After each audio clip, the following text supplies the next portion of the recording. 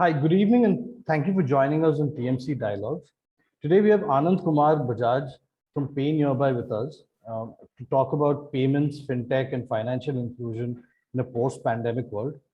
Anand is a career banker and was previously with ICICI Bank and Yes Bank. At Yes Bank, he was the Chief Innovation Officer till mid 2016, and then he went on to form Pay Nearby with a few other bankers.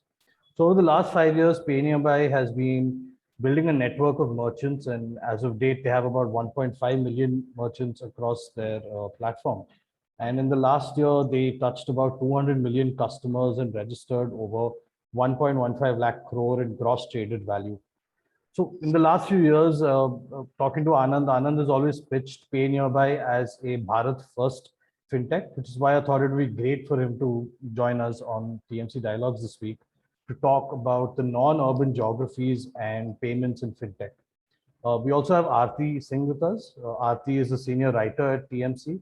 So hi Anand, thank you so much for joining us. Hi, thank you, Great Advait, to for have you here. inviting me, and would be lovely talking to you and Aarti. Look forward. So just some house rules before we get started. For all our subscribers and attendees who have logged in, you can use the Q&A box, which is at the bottom of your screen, to send questions in, and we'll be taking questions throughout the session. This conversation should last about 45 minutes, and so feel free to ask Anand anything you wish to. So Anand, to start off with, the pandemic has upended life for everyone in this country. Small businesses are hurt. Now loan defaults are slowly rising. But at the same time, people are moving away from cash payments towards cards and digital payment modes. What is the ground situation like for your retailers, for your merchants, and how have your thought process changed about building fintech for Bharat in the last year? So, last thing first, our thought process has not changed. It's a strategic roadmap that we have only augmented and preponed certain things that we were planning to do it later. And the times were such that we could bring it up sooner. With regard to payments in the rural area, it has thankfully gone beyond fashion and has become a compulsion. So it's a necessity more than just a demonstration that I have a smartphone and I can also flip and do a scanning of QR code. That said, there were certain things which were required to be reorchestrated, rewired, and I think in the last year and a half, two reigns, as I say, we Pay Nearby have been fixing them all and looking at the next phase of the growth. So it was important time where the heightened hyper digital enablement was warranted, was funded by government, if I may say, the cashback equivalent, what we see in fintechs, the burn that people do. Here, the government did that burn to do the habit formation. So what better time could one see? If I were to say the leapfrog term was coined for Bharat, this is true. So people did not buy a television, they directly came to mobile. No trains, they came to flights directly. No checks, they did UPI directly. Yeah, they never saw what a check looked like. No banks, but they are able to get banking. No POS terminal, they are still able to do payments. This is what the leapfrogging in the merchant ecosystem that we are seeing. Payment is just a connector. Commerce is important. So if you are able to see the mandate behind e-rupee, it is a direct commerce. Payment is settled and done. It is a given that it would happen. So stitching commerce on your backbone is what we have done in the last year and a half too. More meaningfully, we have embedded the India stack with the commerce so that you do commerce and it takes payment as a outcome of the engagement that you are doing. And more important, every payment has a commerce leg to it. Every commerce, everything that you see. And if you are able to slip in together with the commerce layer, you are the one who demands rules, payments as a default option. So if you see e-commerce where you see a normal commerce, you buy vegetables. If all the things are embedded with the digital engagement, which thankfully our vegetable vendor is also now receiving UPI QR. So if you are able to see how commerce can be embedded together with the payment, I think you will continue laughing with me to the bank. And on top of it, I think the data-backed lending empowers more commerce. So it's a vicious cycle in a positive direction, positive hyperloop. So you do more commerce, you get paid, you use the data, you do the lending, you multiply the commerce cycle there. So, to take a step back in terms of just acquisition, to build this 1.5 million retailer base, right? One of the reasons why some of the top payment companies haven't been able to do that is because the cost of acquisition to go to rural India or go to tier 3 onwards is much higher. So how are you able to foot that bill as such? So if we did not foot the bill, we charged the partners, the participants who wanted to come and see the value. If you go to the digital savvy greedy segment, DSG segment, as I call them, the over digitized segment, they will ask you money. But when you go to the marginalized and subsidized segment, they will pay you money. So you have to find where the water flows and go with it to enable, empower someone who respects, who needs your service, not you and I who will switch over from a pay A to pay B to pay C, depending on who's giving you discount tonight or tomorrow. That said, in our own journey, NIL MDR has been a very, very great enabler. We thank Government of India for doing another set of cash back in some form. It has also helped collection of GST for the nation building. It's again a self-propelling cycle. If you see, the trade gets digitized, gets visualized by the government, the GST gets paid, and that funds government to further suffer the MDR and other costs and other enablements. So I think it's been a wonderful time. With regard to our secret sauce of how did we onboard these digital Pradhan partners, we have not raised funds. Advai Aarti, we have done a 2 million seed round from Roha Group, which is Tabriwala family at seed stage. And then after we have been processing about $7.5 billion last year, if you compare with one of the largest POS providers in the country process, that quantum. And we did it profitably with about $3 million in net profits. So I think, yeah, if you are aligned with the government key objective policy thought processes, you're not too very far away from being relevant and viable. So how have you stayed immune from the MDR debate? Because one of the few payments executives will say MDRs have been a good thing. No, nil MDR has been a good thing. It helped gain adoption faster, right? Merchants had no apprehension then. 8% katega, 1.5% katega was no more a conversation. Do you classify them into a certain MCC code was not even a conversation. Yeah, but there were other ways to make money on top of that. So we'll talk about it down the line, that these are layers of engagement. Like if I may preempt it and say that it's like a pizza bread. You don't make money on the 2 rupee pizza bread, but depends on if you have laid mayonnaise or what sauce on it and what toppings you have put on it, how you have baked and whom have you served will determine the profitability of the pizza. So go ahead. No, please finish. So in terms of adoption, so I know that you have a big market share on the Aadhaar payment side, but are you seeing UPI sort of transmit from the urban centers to rural? And what happens to all the Jan Dhan account card holders, right? Should they stop using debit cards all of a sudden? They don't. They can't actually. Yeah, they don't stop using it. 115 million cards at the November 19. They were put out of circulation because of chip and pin compliance mandate. And less did everyone know in the ecosystem that sar mundate ole padenge, that the moment you came out of the card usage, 4 months later, government had to do large subsidy dispensation. And these people could not access DBT at the ATM because the cards were dysfunctional. Right. They walked into the branches. The branches did not have Aadhaar infra. And hence the DBT mission UIDI, they called upon Pay Nearby digital Pradhan partners. We surrendered our data in Rashtrahit mein samarpit mode. Aap le lijiye. And a lot of our retail partners were invited by bank branches to assist their customers sitting at their cash counters. So the Pratyaksham Pramanam moment was demonstrated. You are you who you are. You say you are right now, right here in front of me. That is what is the power of Aadhaar. Not to belittle that, and neither to belittle the UPI opportunity, which you have seen the large quantums, trillions of money moving into. You have seen the contrast in 3 folds, actually.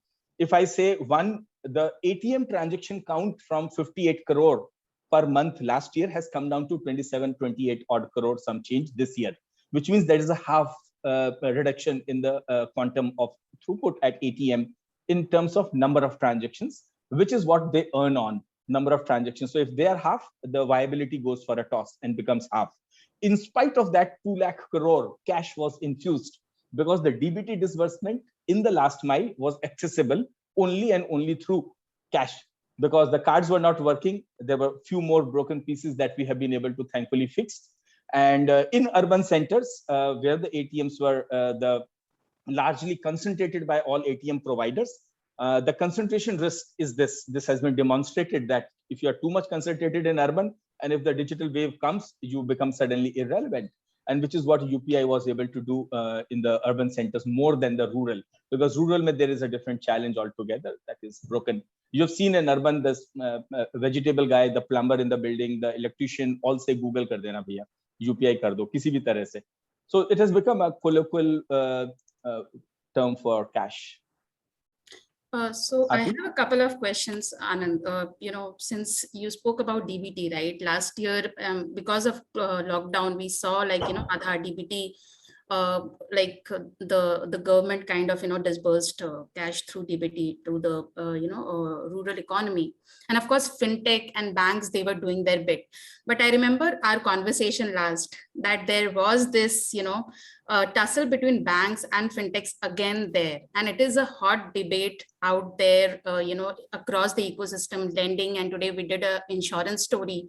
Even there we are seeing that there is some kind of tiff going on between banks and fintechs who want to own that space.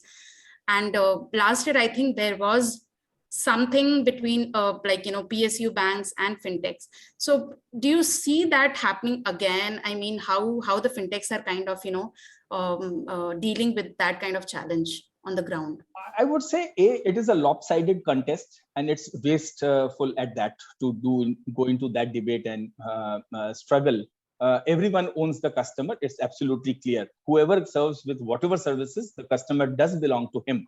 To that institution. So it doesn't matter who owns the customer. It is important that if you are able to sachetize, digitize, universalize the services to the last mile, where it is not viable otherwise to reach for large banks, large institutions. Look at the 105,000 some change bank branches, mostly concentrated in urban centers. 32,000 of them are still allocated to semi-urban and rural.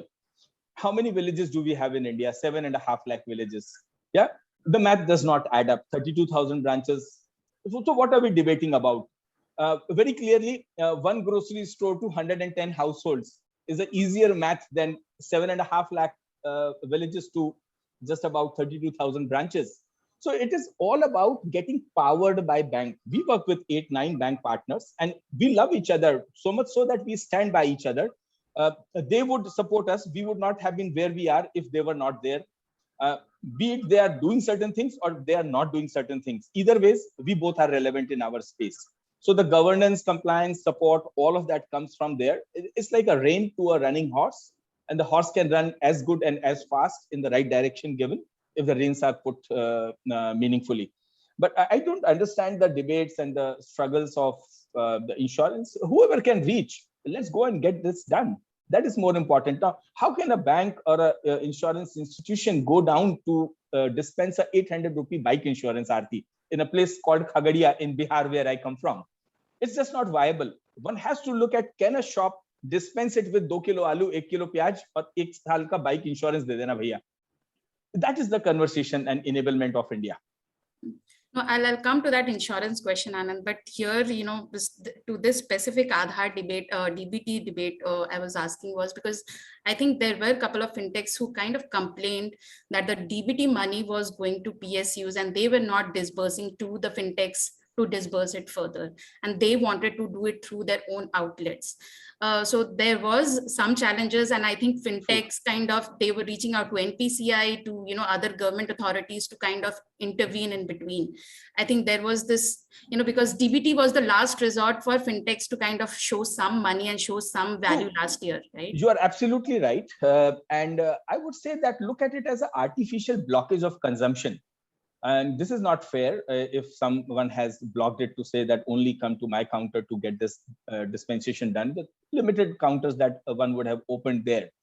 It is all about if government is able to pump money to 75 crore citizens for gas subsidy, for education, for the women support, for fertilizer. Not bank branches are there at every place. You know it. But like I said, the grocery is available, a pharmacy store is available, a apparel shop or a hardware shop is there. So it is important to partner, and we were lucky to have this large network partnered with our partner banks, powered by our partner banks. But yeah, to block the consumption cycle, ultimately, see, a user has paid the full money for a gas cylinder, say 1400 rupees. And if government were to dispense 700 rupees back to him, if it is not given into his hands, it is some way curtailing the consumption. And right now, as we speak, government is trying to see how the consumption can be propelled. While a lot of enablements have been done on the supply side, on the demand side, this is the artificial blockage. So you are right, actually, Aarti, that should not have been done. There was a situation where then later, I think the banks and the partners were able to collaborate much better. Right. And so since you were talking about the insurance bit, right, we have been hearing about like most of the fintechs in the ecosystem, be it online, be it offline players like yours, everybody is trying to, crack this insurance bit that hum offline insurance बेचेंगे, right? And which Policy Bazaar is also getting into. But the point is, has that space been tapped yet? I mean, are you seeing a decent conversion? Shopkeepers, kirana stores say, are they buying insurance? I mean, the health insurance, the life insurance, if we talk about. So look at this opportunity as a FMCG opportunity. There is a team which distributes and deploys the stock at the shop. They call it Mal Thokna, Mal Pahuncha Diya hai. And then there is a team which creates demand by pull. There is a huge margin, so they can afford to do that. If you were to look at how to reach out insurance through a retail counter, we have broken some ice and done some good work over there. But trust me, no one likes to talk accident, medical, death, etc. The retailer does not want to talk. There are intelligent ways to see how you can initiate a conversation. So that helps to get into insurance sales cycle. Of course, interest aligned with commissions commensurate to the effort, or much higher, actually, higher than the margins that one earns on FMCG product dispensation. But there are intelligent ways to initiate that conversation. And I believe insurance is not a subject matter of solicitation or sales. It's like an injection to be given. It has to be dispensed to people whom you know and who trust you. So it has to come as a mandate more than a sales pitch. So what kind of traction have you seen so far? We have seen something which can be called early cub or a green shoot. A 30,000 policy a month is not bad. If look at me, my retail partners, if they are able to get most relevant insurance policies, not a 200 list policy, go and choose out of it. So the job is mine. I have to select what I have to give him, not him to go and select out of what all is required. So if he has to drink water, I have to serve him a glass of water, not give him the entire chemistry to pick out H2O from it. Yeah. Or if he has to breathe, I have to enable oxygen, not he has to go and find O2 ka matlab kya. So I'm actually touching a point which is going beyond literacy. You rather give him a consumption rather than educating him. Very simply put, Aarti, people know for saving that bitya ki shadi, bitya ki padhai. Uske beyond, they don't know PRT upon 100 is the formula to get interest and then calculate. Our job is to tell him, bitya ki shadi 6 saal baad per month itna save kariye. Our job is to tell him annual fee of 6,000 rupee. It means 500 rupees save every month. We have to make it simple. So as much as product is manufactured, as much as technology can power it, nothing beats a superior user experience, which is as simple as ABCD, Kaka Gaga.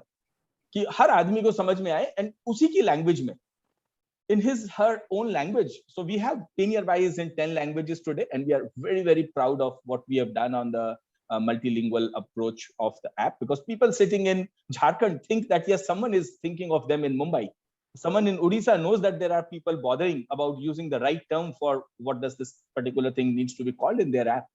So it helps you to do adoption. And to advise, if you see this, there are a lot of things which go into building a network like this.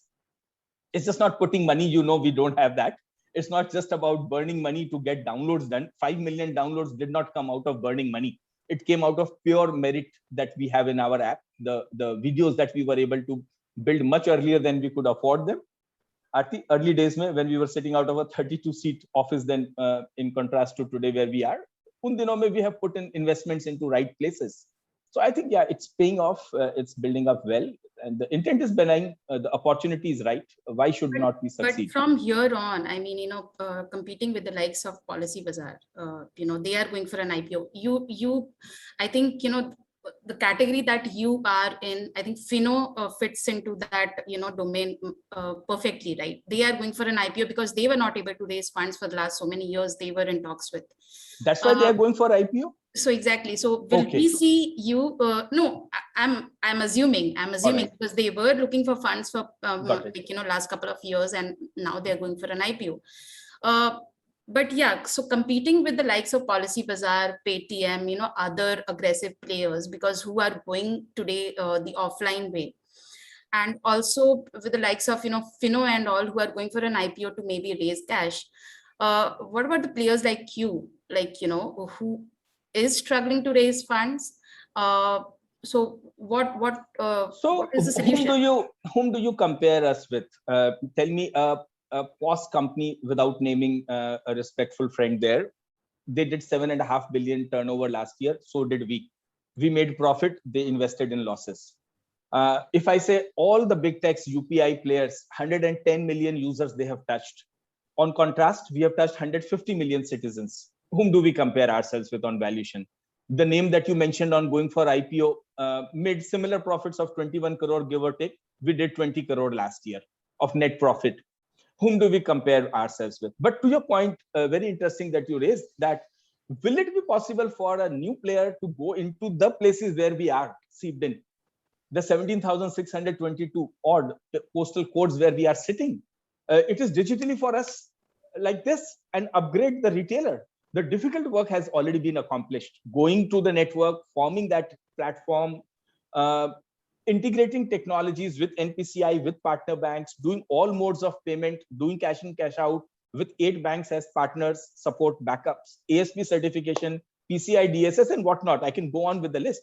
How easy is for us to do this versus any new entrant trying to get into a zone where the debit cards have expired, where MDR is nil or low? How would one make money other than for becoming a charitable institute? And look at us. Already I have 18% of my network has adopted to the POS terminals, which is used first as a micro ATM to dispense cash. And now we have upgraded it for him to suffer MDR and use credit card and debit card for merchant payments. How easy is it for us to serve the nation than worry about who shall come and who shall not? So doesn't it bother you that you don't get the valuation, the kind of valuation the loss-making companies are getting? Why bother? See, there are a set of investors who are thinking very differently. We have been fortunate to do what we have been able to do. So I have no regrets to this end, as far as I would say. Having said that, we did see a good term sheet in 2018 December, when Supreme Court came and saved us by bringing out the Aadhaar ruling. We do just 2.5 times volume since then, much more profitably. So from 2,000 crore, we do give or take 5,500 crore. Why would I regret? We just saw another term sheet during the lockdown with a very respected DFID. But the partner who was assigned to do due diligence went into ICU for 42 days. Whom am I there to thank? Tell me. There is a time for everything. There is a meaningful deployment built. Look at 500,000 retailers and growing, having access to 65% of India's population. It's a massive distribution network, Aarti. With absolute domination philosophy, if you are able to reach masses with the speed of like tomorrow, integrate today, go out tomorrow. So like I said, the difficult work has been done, dusted. Now is the time to bring in partners after partners. So the ITC has been integrated on our app. E-commerce app, without naming them, one of the largest, amazing most platforms has been integrated, which gets us good commissions on sales. So a fertilizer shop in my hometown can sell a football now. A stationery shop down the lane can send a frock to a girl, right? Look at the big basket integration we have done. It all is remunerative. It handles the supply chain for the retailer for better pricing. It gives him a front to sell for e-commerce products. It gives them prepaid cards. It gives them travel ticketing. It gives them ABCD, EFGHI. You know the whole Aadhaar, ATM, bill payment, card payment, domestic remittance, EMI collection. 52 NBFC microfinance riding on our backbone to collect 350 crore a month. Is it a small feat? Why do I need to worry about valuation, Aarti, when I'm profitable and I'm doing a reasonably amazing job? What is the In value? terms of the product stack, and what you're saying is you basically built a super app in a way, right? You're doing e-commerce, lending, insurance. So as far as your 1.5 million retailers go, what is the penetration of this?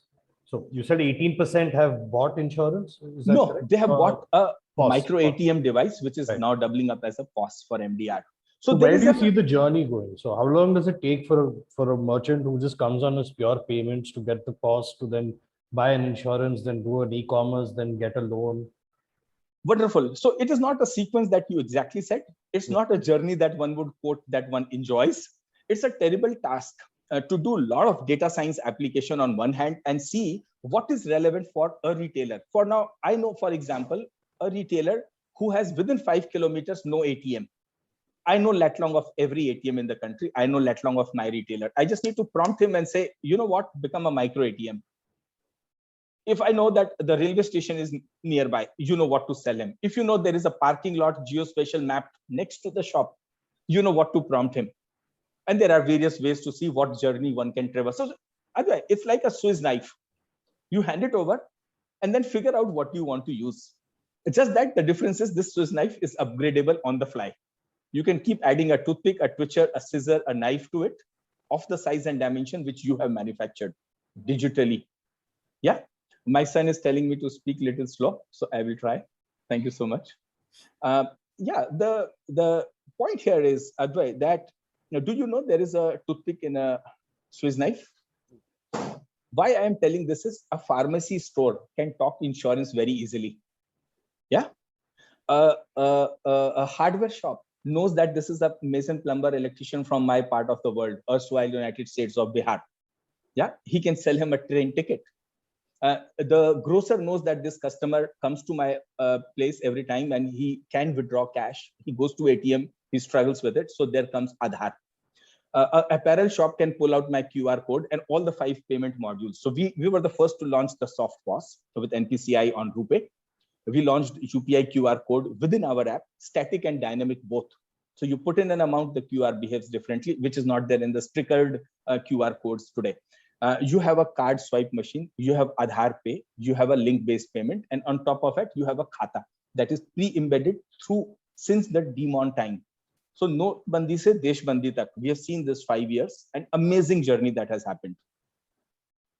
So in terms of the insurance thing, for the story when I was writing it, a lot of reason why the web aggregator model hasn't really penetrated is this problem of mis-selling and the fact that people don't really understand some of the complicated products. So what are the sort of insurance products that are easier to sell for your retailers? Because I think an annuity product is harder to explain than a term life insurance. So, and what are your margins on that? नहीं ऐसे नहीं बेचते insurance.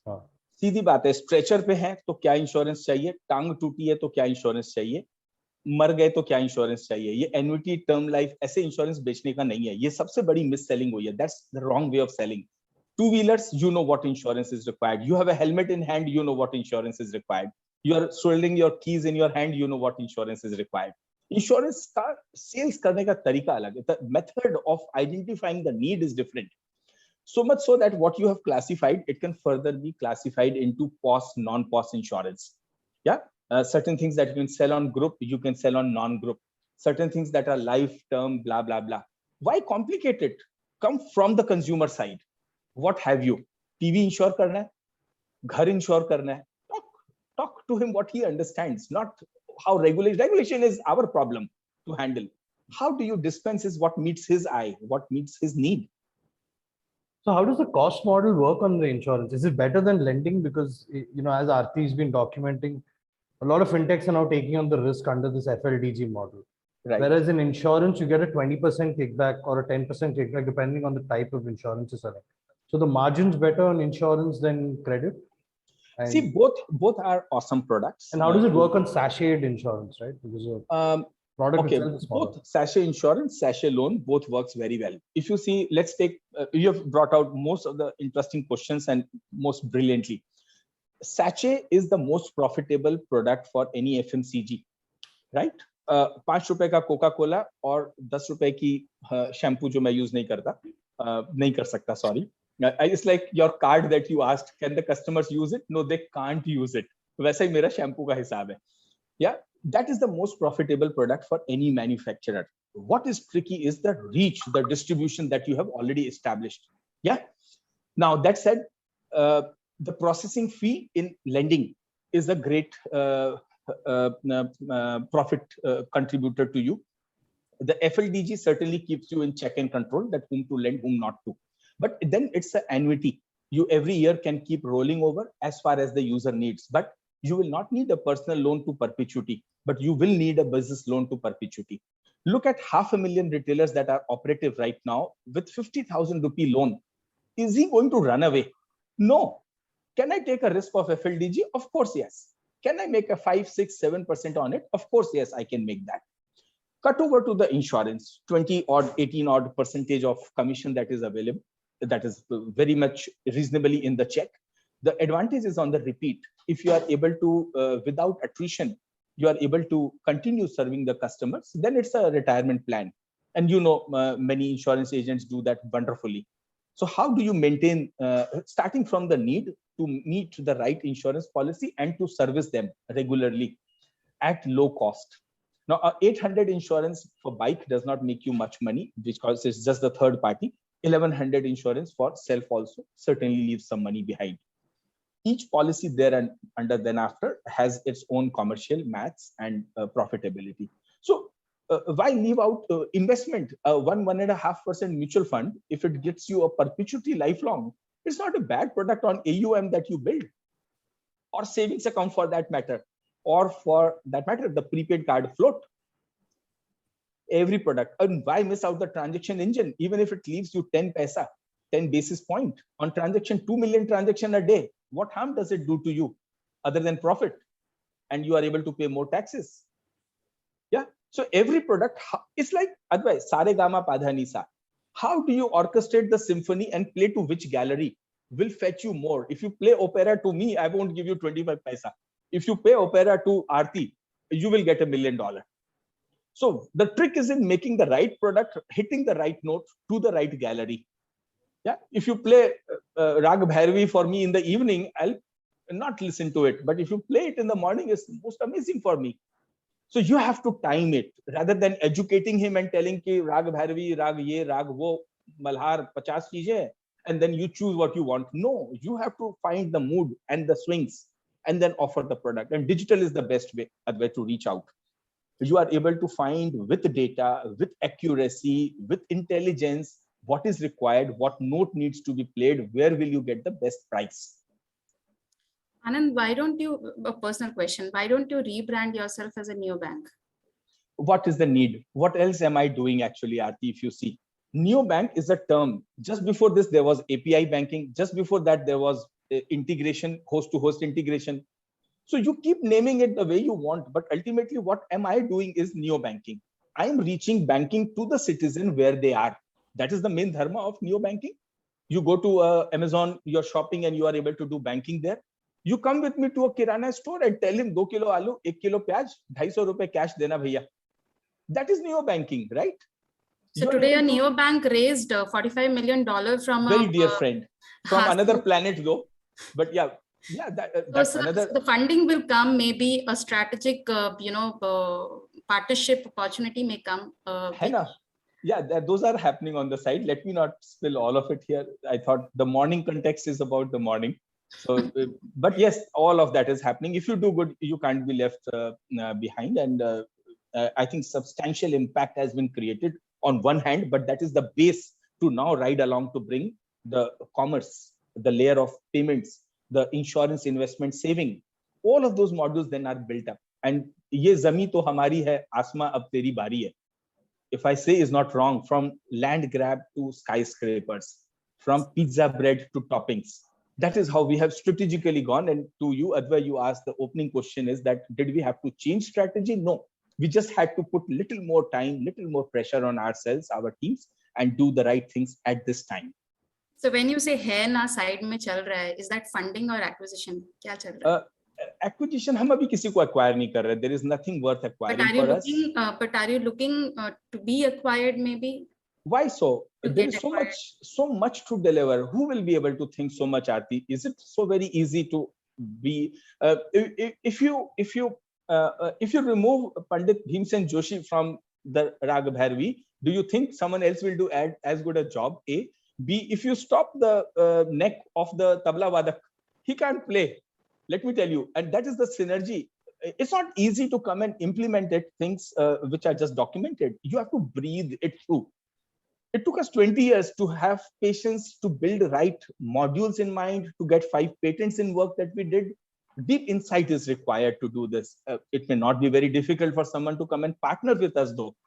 So there are better and intelligent models. Why acquire? Why So funding is coming subsume? soon. So funding सब is कुछ हो रहा है, partnerships हो रही हैं. There are partnerships which are happening, which is well worth strategic investments, well worth bringing. So see, if I were to say, if there are partners who have 25 companies whom I can take on my backbone to the market, why wouldn't I do that strategic partnership?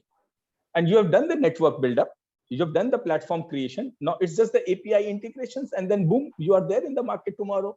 Bring in a new FMCG, bring in a new e-commerce company, bring in all the OTT players, bring in lending that we already have done, bring in NBFCs to collect their EMI. So it's now a visualization of the network. What all do people? Now is the time to come backward and see logon ko kya chahiye.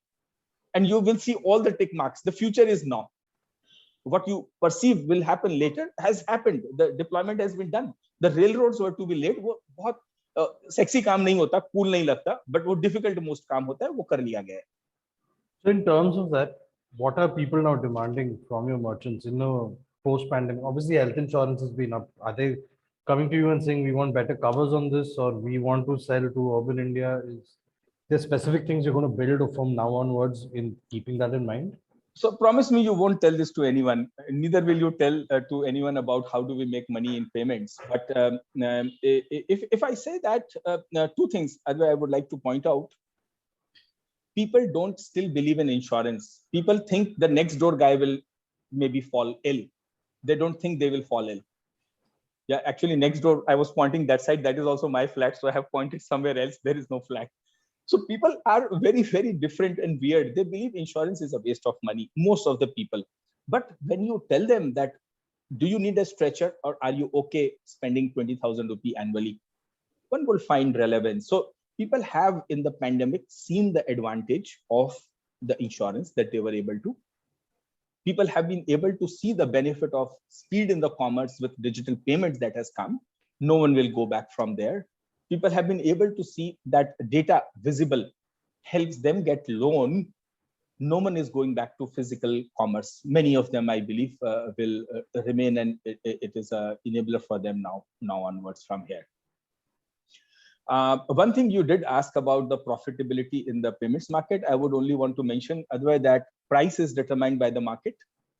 Profit is determined by you on how you optimize your shop. How much automations can you do? How much redundancies that you can remove from your system. So cost optimization, we say automate or eliminate. That's a rule at PayNearby. We say stability before scale for consumer, that we should be able to be stable before we get onto scale, and hence the quarter-on-quarter new product with most optimized delivery is launch.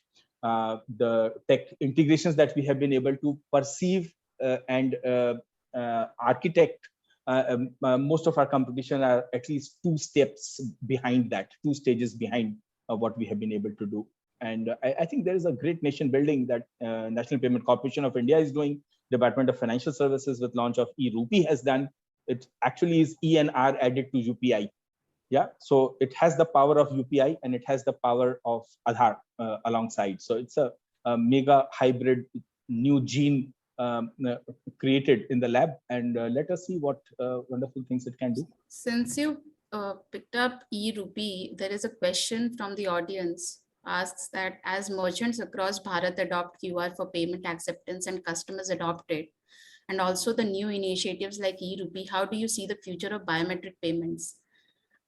Sorry, before you answer, yeah. So we have Anand for a few more minutes with us. For any participants, please do send in your questions now onwards. We have them for a few more minutes, and we'll take them on as we get them. Thank you. Yeah. So Aarti, there are certain things that can be best done cashless, which are like vaccine dispensation. Yeah. There are certain things like subsidy to women who need 500 rupee a month. It cannot be meted out in any form to granularize to go to get 2 kg ration here and 1 liter of cylinder gas there. So it is best dispensed in cash. The Kisan support 4,000 rupees, 16,000 now annually is best given in cash. Fertilizer subsidy can be given out through biometric. So things will evolve with use cases. This is just the beginning. And I believe that there would be many more use cases that will emerge alongside, which will power e-rupee, and Aadhaar will certainly continue. UPI certainly will thrive with, be it broken 2 legs, which are being mended in certain places. We see the surprise coming, the leapfrogging coming from the India, which has been hitherto transacting only in cash. Anand, is there a plan to make e-rupee move to a card, to the card networks, to NFS, and is there a plan to do it for cash transactions as well? Because I don't see a UPI is need to. limited to a elite audience, whereas the audience that requires welfare benefits or that should be targeted with this is a very different audience. Card is not needed for e-rupee, I believe. Card is not at all, as far as I No, I'm see. saying it's only right now only on UPI. So there's an It's entire not even on market. UPI actually. It has a color of UPI. If you really see what has happened is there is a code which is given. There is a service provider who reads it and claims it. So it has the Tasir texture of UPI in some form fashion. And I'm glad that UPI has color of IMPS. IMPS has color of NEFT, and so on. So there are evolutions that are happening. I don't see a need of worry there. No, but is there like a big chunk of welfare beneficiaries who don't have feature phone, who's still on feature phones? And if that, not all, everyone has a feature phone, people True. So you said it as share well. phones, right? Yeah, yeah. You So said there'll it be already. a massive market or massive amount of beneficiaries will just fall out of this identity. There's anyway problems with Aadhaar identification, but even those who are being identified may not actually receive the voucher for themselves. So, which is what you have answered, Aarti, just now, that where that is not there, the feature phone is not there, people will continue with Aadhaar. So it's a mixed basket of bread. You will get all the options going forward. Just that not every village would have a vaccination center either. Right. So one will have to see how does that get dispensed. Not every farmer would want to buy fertilizer with the subsidy that time. He would have bought it already, so he is better off with cash and then use it for something else. So sense will prevail. I'm sure the right things would be done. Those policymakers are much smarter and intelligent and dedicated than you and I can think of. They are in the national duty rightfully and directly. We are still doing it from outside and doing what we are doing, but they are just doing this, how to do nation building, how to do most optimized benefit transfers. So they will bring it up in the timely manner. There have been a couple of questions you want to take. Sure. We have a question that says, do you see that banking services and products will get commoditized more in the coming years and we experience the complete contextual and embedded experience? I think embedded finance, embedded payments, is that going to be a big thing? Yeah, thing that is the way. 2 kilo aloo, 1 kilo pyaz, 250 rupees cash on the side. That is how it will happen. Embedded finance will happen. With your transaction backed data, you will get loan. With your need for a lot of things, while they show in movies, sci-fi movies, that when your window is broken, it automatically gets a repair done, or when your vehicle breakdowns, it automatically gets to trigger the insurance. So a lot of those embedded finance, embedded services would happen certainly. But yeah, will it go to the last mile? Will India 90% of them get it? Not in the first go. IoT is coming, the Internet of Things. The refrigerators has started showing a camera inside now, what you have left inside. The breakdown there certainly triggers the service center. So a lot of things are evolving. How far will everything get embedded is a thing to worry also. I would only want to remember September 13, the Economist magazine had an article on the horsification of human race, not crucifixion, they said. They said in 1865, the horse population was at a level when Ford Motors came. And that suddenly became redundant and they had to be butchered. Human race has come to that level of population where from here automation will only make 95% of jobs automated. It quoted 750 jobs getting automated, and it said 5% of intelligent most guys will take 90% of the revenue. Remaining bottom 5% will do the mediocre work. The 10 times for the remaining 90% will be there. And Sharon Butte, my friend at IFMR, says that new jobs will emerge. Look at video watching for cricket and telling what to do next. Data science has its own coming. The tuition classes on music that has started. So a lot of new things will start emerging as alternate job, alternate career down the line. So here's another question. How has Pay Nearby been handling regulations by RBI this year on recurring transactions and stopping card networks from onboarding? Is it possible to be proactive and not reactive here? And also to add to this question, so I am assuming that you might be also falling under that PG regulation that the government has come up with? PAPG, yeah. We are an applicant for PAPG and PPI. We incidentally have also been approved in the cross-border sandbox for cross-border remittance amongst the 4 companies selected. So there is some great shake in the make. That said, to the question, actually, Aarti,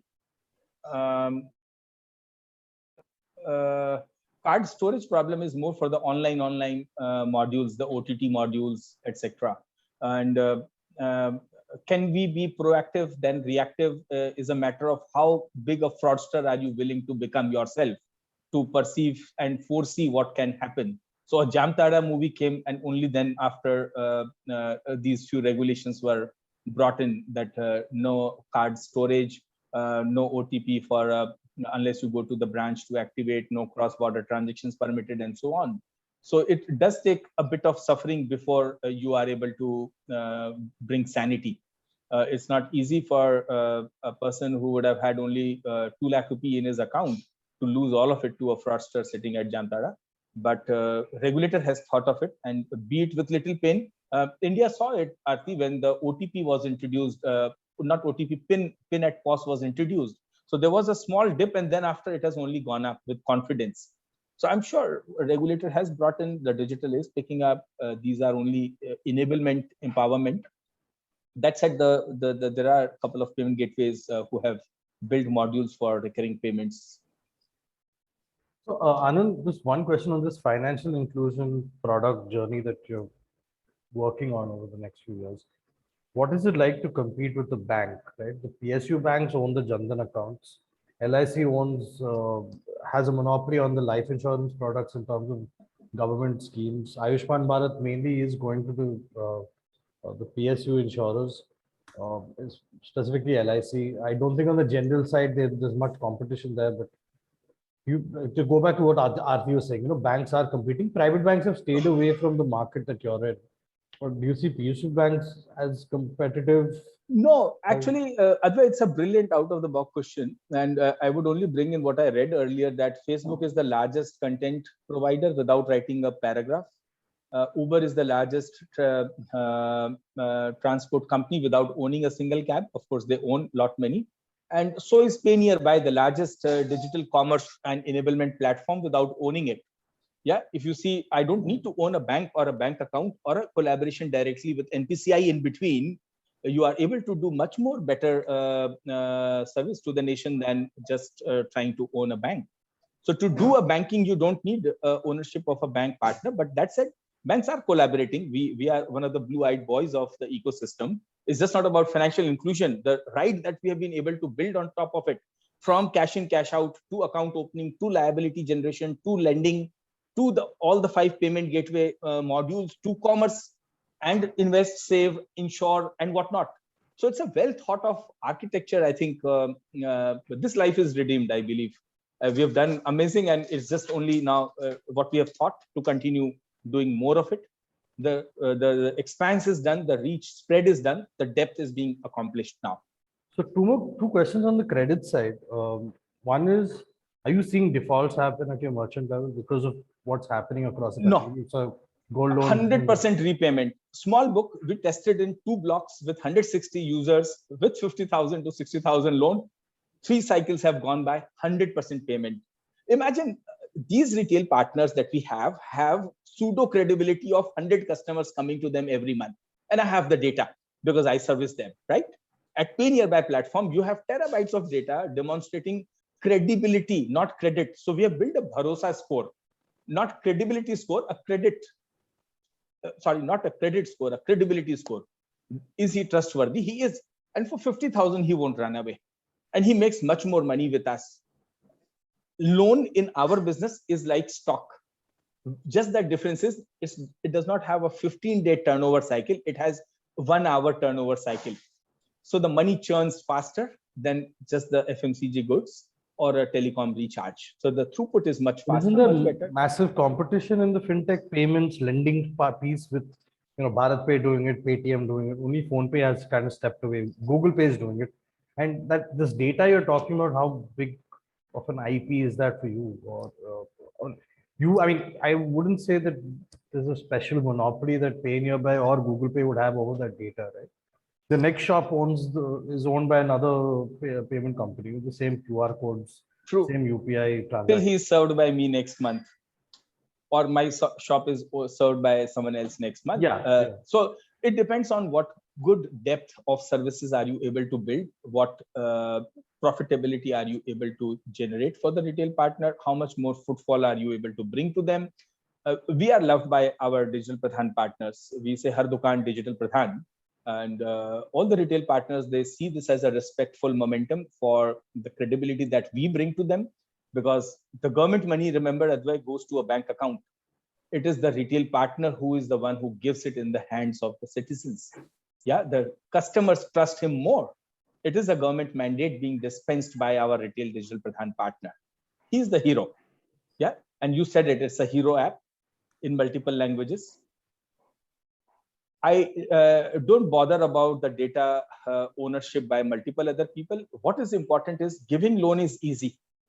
Getting it back is what is difficult. In our case, there is a reverse flow possible. I can give him 2-hour loan. I can collect it back from my wallet where I do the throughput. So there is a lot of integration that we have been able to accomplish on our flows. That is important in digital world. If you are able to visualize, strategize, and actualize. You had second question as well, as well, time permitting. Yeah. So just no, the second question was this data aspect, right? Everyone else also has the same merchant. There's some overlap also. Not the same data, same merchant, but a different data. Important is how well are you able to read that data and how well are you able to take calls on that data. So here is a audience question, Anand, on the data part. So will there be a standardizing of sorts or clearinghouse that will collate all this data? So the account aggregator format in some form is a step towards that. The OCEN enablement is somewhere a step towards that. The CKYC registry is all centralization. But look at us, we are decentralizing it. Local data, local intelligence. Beyond artificial intelligence, there is human intelligence that triggers in. So localized intelligence applied to the people there. So it's a distributed architecture with the nerves being commanded by the same brain. The centralized artificial intelligence working on the downstreet intelligence of our retail partners. He can tell me this customer, yes, give loan. This customer, please stay away. Yeah. So Anand, just one question. What can you give us some hints on what you're doing in that sandbox and cross-border? Is it going to be UPI based? Yesterday, NPCI had announced a partnership with a foreign merchant network to basically export UPI. So, yeah, any hints you can give us? So we will revolutionize cash. We will revolutionize the way cross-border remittance happens. We will digitize cash. We will give much more meaning to the remittances that come into India with much more competent rates, with much more accessibility, much more convenience, that will only build confidence and with more transparency. Sorry if I have not been able to answer it in the nutshell that you would have wanted, but I think the larger bhavnaon ko samajhiye, Advait, taasir samajhiye, texture samajhiye. This is only for the betterment of the nation. You will see this soon. It will not be a trade secret, but let us do some bit of work there. Maybe in a simple question, I think Bhaskar, just adding to what Advait asked about that, for the cross-border remittance you have entered into, right? You just said. So are you using UPI for that? No, not required for that. If you have a hammer, everything looks like nail, says my co-founder Yashwant. Yeah, if you have UPI, does not mean that everything is UPI conducive. You're getting into cross-border, does that mean you're looking to go overseas? That does not mean that we are looking to go overseas, but that apart, we are certainly deploying India Stack globally. We see a lot of meaning and relevance in few geographies. We already would go live maybe by end of August in Sri Lanka with one module. There are aspirations to go to Africa where they need a lot of work from our side. Okay, I think that's all the questions for today. Thank you so much, Anand, for joining us. Thank you so everyone much for participating. Thank you. Have a pleasant Anand. evening. Thanks, Aarti. Thank you. Bye-bye. Bye. Have a good day. Bye.